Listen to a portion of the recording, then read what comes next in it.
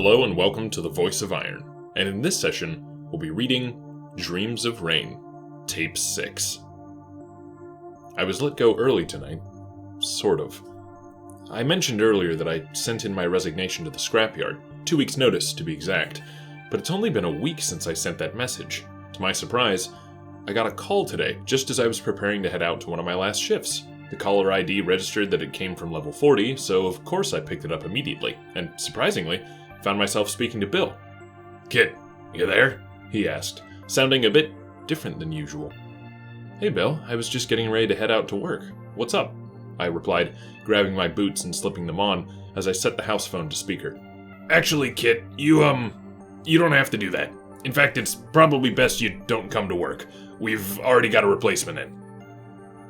I stopped with one boot half on, eyes widening as I tried to clarify. "But my final night is at the end of this week. What happened? And what about the resignation package?" Look, I'll send the bonuses from the package off later this evening. Just don't come to work.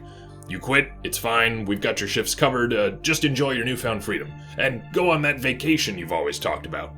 Soon." As he spoke, I could hear something wrong. Bill is a jolly guy. Warm, always has that sound of a smile in his voice, except when the vending machine fails to dispense something.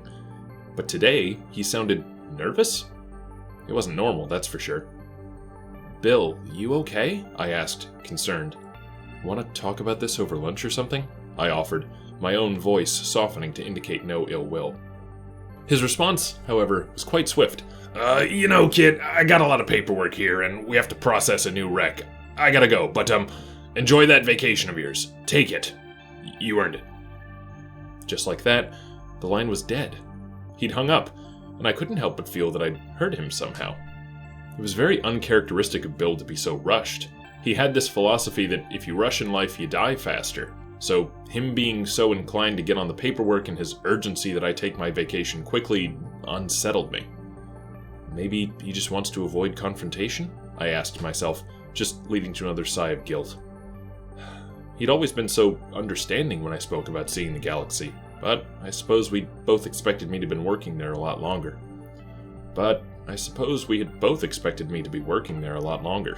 Given that my plan for the night was to work, I decided I may as well go for a drive. So I slipped my other boot on, ensured the magnets worked, and, after grabbing my keys, headed out to the garage.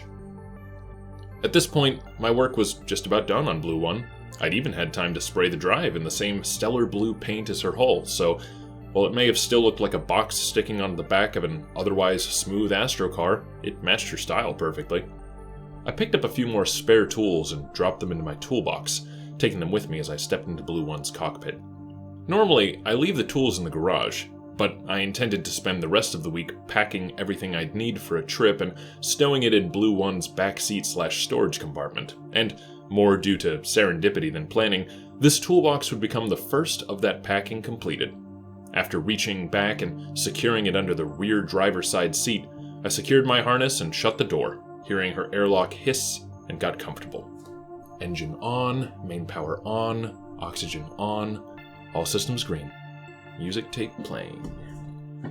I flipped the remote switch to my garage door and glided her out into the zero-G airspace between the housing units, smoothly turning down the main way as the door automatically closed behind me.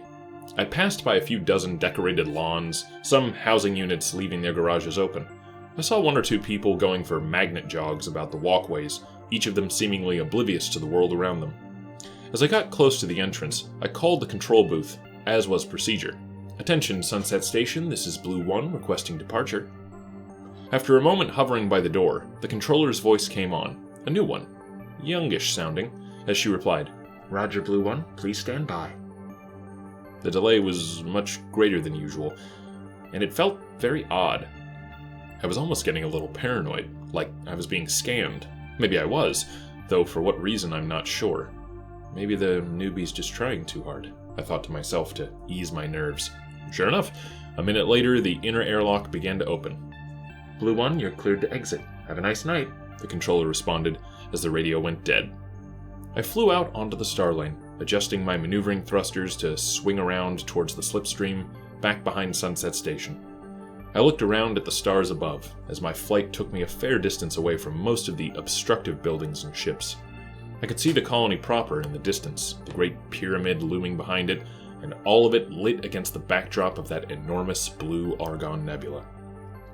I shifted my focus back on piloting as I entered a rough patch on the slipstream, firing short bursts to swing around obstacles, avoiding the rears of some of the buildings I swung by. I really couldn't help but smile as I reached a great slingshot bend, waiting for that small gravity well to bring me mere feet from the backside of a colony ship, before blasting the forward jets and giving her rear engines a bit more throttle afterwards. The maneuver shot me right out of the slipstream and back towards a nearby star lane, up around Astra Station 237. After that, I glided right into the star lane proper, pleasantly surprised that nobody was out for the moment. Of course, this time of night, everyone was either at work or asleep. I had to chuckle to myself at that thought as I drifted in line with the star lane buoys. The fact that Astris kept time so strictly out here, it was just a bit ironic to me. I looked out once more at the sea of stars that surrounded us, all those pinpricks of light in amazing patterns spread all throughout the cosmos, and yet not one of them was anywhere near us. The closest thing to a sun in this system would be the Astris Pyramid, and not because it was a light source, or a source of heat. Oh no. Quite the opposite, really, I thought, looking at it from here. That pyramid always gave off a cold feeling. The only reason I compared it to a star was its function, the center of our colony. Despite the megacity technically being the largest part of Novus, everything out here orbits the pyramid.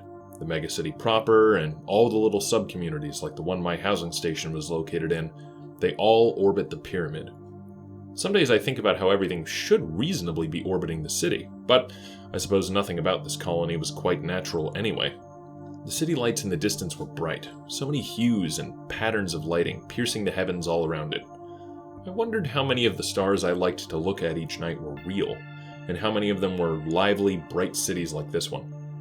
It's a bittersweet thing to contemplate, and as I passed by some of the colony stations near the outskirts of town, I found myself blindly following the star lane, while all these thoughts swirled around in my head. It was night drives like these that had made me first contemplate leaving, and year after year of growing up and being beholden to the megacorporation, the desire just grew. So many stars, so many lights in the sky, and here I was, stuck at just one. My radio buzzed after a while of driving, breaking my train of thought. "Calling Blue 1, can you hear me, Kitt?"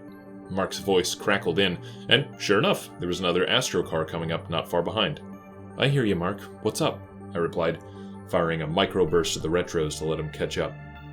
He took a while to respond, but eventually popped back in.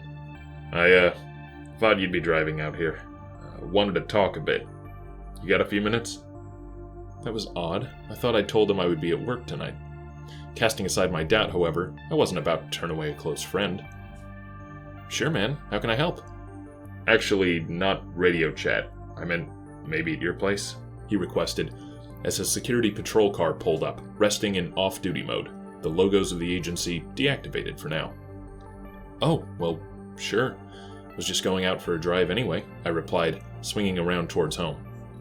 "Thanks. I'll meet you there," he signaled, cutting off the radio and reversing course, swinging back around behind me. It was a bit unusual, but certainly welcome to have company. And given how on edge I've been tonight, I could use it.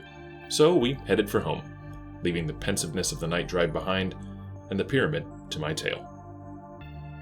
That concludes today's reading, and thank you for listening to my voice.